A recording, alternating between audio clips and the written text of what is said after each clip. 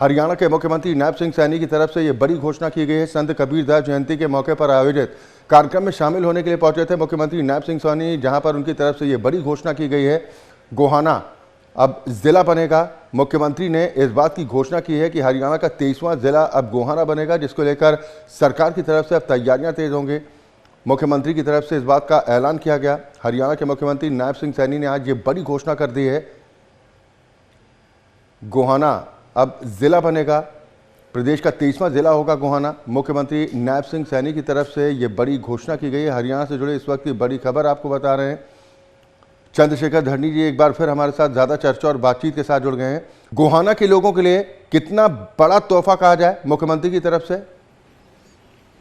देखिए, भौगोलिक मानचित्र पर 23वां जिला हरियाणा को बहुत जल्दी गोहाना देखने को मिलेगा। इसके राजनीतिक परिणाम भी देखिए, क्योंकि राजनीतिक रूप से गोहाना को एक तरह से उभारने, कोई भी जिला होता है तो वहां पर डेवलपमेंट के काम ज्यादा होते हैं। गोहाना को जिला बनाने से राजनीतिक रूप से अगर देखें तो काफी ज्यादा परिस्थितियां बदलेंगी, क्योंकि गोहाना जो है, अगर आप देखें पानीपत से जब रोहतक जाएं तो 40 किलोमीटर की दूरी पर गोहाना स्थित है। और गोहाना को जिला बनाने की मांग आज की नहीं है। ये जब भूपेंद्र सिंह हुड्डा मुख्यमंत्री हुआ करते थे 2004 से लेकर 2014 तक, तब भी पुरजोर मांग उठी थी, लेकिन उस वक्त नहीं बना था। कहीं ना कहीं बीजेपी ने ये बहुत बड़ा काम किया है, वहां के लोगों की डिमांड पूरी की है और इसके कई चीजों के परिणाम दूरगामी रहते हैं। जब भी कोई डिस्ट्रिक्ट हेडक्वार्टर बनता है वहां पर हर तरह की फैसिलिटीज आती हैं। वहां पर जुडिशरी अगर देखा जाए तो आने वाले समय में लोगों को न्याय अपने दरवाजे पर मिलेगा। सेशन जज लेवल के अधिकारी वहां पर बैठेंगे और डिप्टी कमिश्नर प्रशासनिक रूप से और एसपी जो है वहां प्रशासनिक अमले तो कानून व्यवस्था के दृष्टिगत वहां पर मौजूद रहेंगे। यानी कहीं ना कहीं ये बहुत बड़ा एक सरकार का प्रयास, और नायब सिंह सैनी ने जैसे आज ये इंडिकेशन दी है उससे बिल्कुल स्पष्ट है कि गोहाना को अब सिर्फ एक औपचारिकता रहेगी है ये डिक्लेयर करने की कि किस तरीके को गोहाना जो है डिस्ट्रिक्ट के रूप में भौगोलिक वातावरण मानचित्र पर देखा जाएगा। आपको ये बताना चाहूंगा कि सबसे ज्यादा अगर जिले हरियाणा में कभी बने तो वो चौधरी देवीलाल के वक्त में बने थे 1988 के अंदर, जब 4 जिले बनाए गए थे, कैथल, पानीपत, झज्जर और यमुनानगर। और अब कहीं ना कहीं जिस प्रकार से गोहाना को जिला बनाया गया है तो ये एक बहुत सकारात्मक पहल लोगों की दृष्टिकोण से मानी जा सकती है। पब्लिक इंटरेस्ट का इशू बना हुआ था ये, क्योंकि गोहाना को अगर आप देखें सोनीपत से भी 45 किलोमीटर पड़ता है और रोहतक से भी लगभग 40 किलोमीटर की दूरी इसकी पड़ती है। तो अब वहां के लोगों को प्रशासन के पास दूर दराज नहीं जाना पड़ेगा, कोर्ट कचहरी के चक्कर में दूर दराज नहीं जाना पड़ेगा, अपने दरवाजे पर सारी ये चीजें मिलेंगी और राजनीतिक परिणाम भी इसके आने वाले दिनों में देखने को मिलेंगे।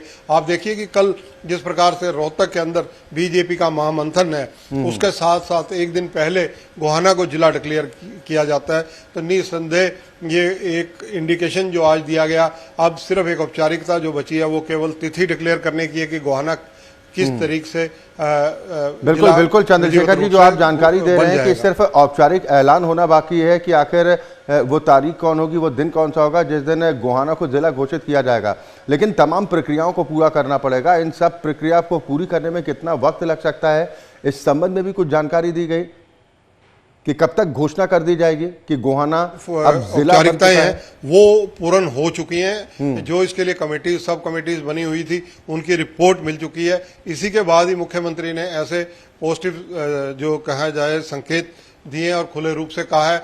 एक ये डेट सिर्फ ये डिक्लेयर होनी है कि किस तारीख से वहां पर काम शुरू होगा, यानी डीसी और एसपी की नियुक्ति होगी, क्योंकि समय अगर देखा जाए तो लगभग 85-90 दिन का जो हरियाणा के इलेक्शंस का है, उससे पहले इसे कार्यान्वयन कराने का प्रयास बीजेपी का रहेगा। और देखिए, जब गोहाना जिला बनेगा, जिस दिन घोषित होगा, वहां पर मिनी सेक्रेटेरिएट उपलब्ध होगा।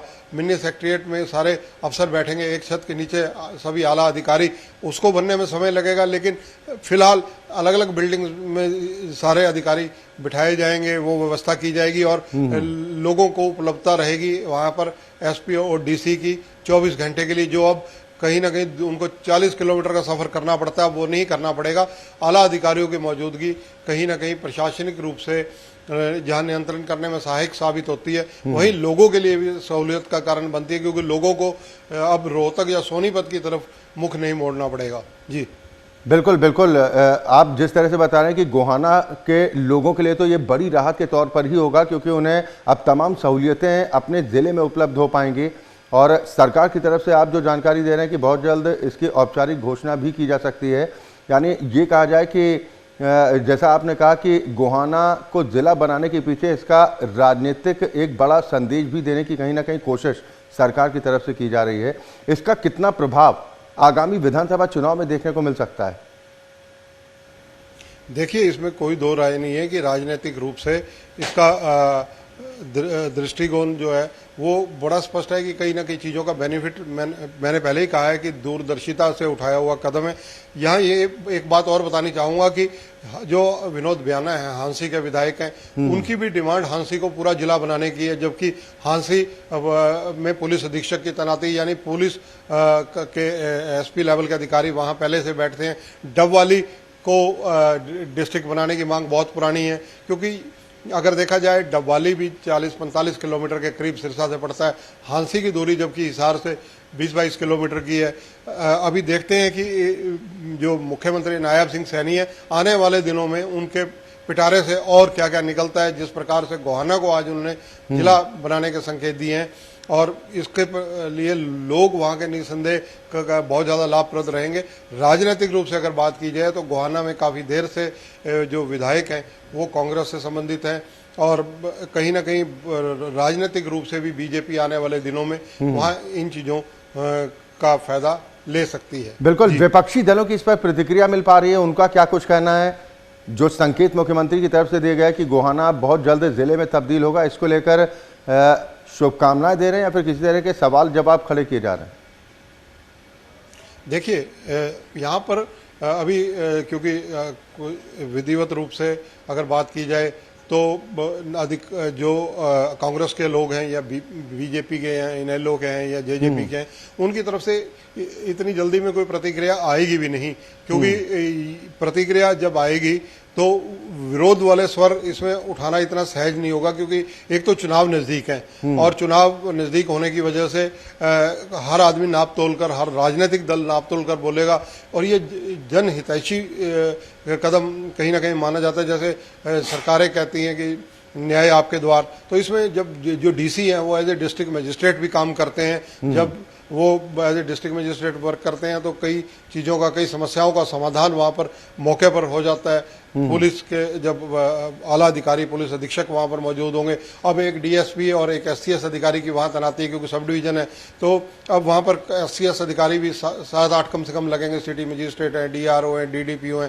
फिर तहसीलदार, नायब तहसीलदार, यानी अधिकारियों की जब वहाँ पूरी तैनाती होगी, एक जिला मुख्यालय पर जितनी तैनाती होती है, तो निसंदेह वहाँ के लोगों को अफसर मौके पर मिलेंगे। और जब अफसरों के पास लोगों को जाना पड़ता है 40 किलोमीटर दूर जाकर एक शब्द, चले बिल्कुल, यानी कि वहाँ के लोगों की भागदौड़ बचेगी और जो तमाम प्रशासनिक कार्यों के लिए लंबी दूरी तय करनी पड़ती थी गोहाना के लोगों को, इससे दूरी से राहत मिलेगी और उनके प्रशासनिक कार्य अब पहले की अपेक्षा काफ़ी आसानी के साथ हो पाएंगे। बहुत बहुत शुक्रिया चंद्रशेखर जी इस पर तमाम चर्चा और बातचीत के लिए।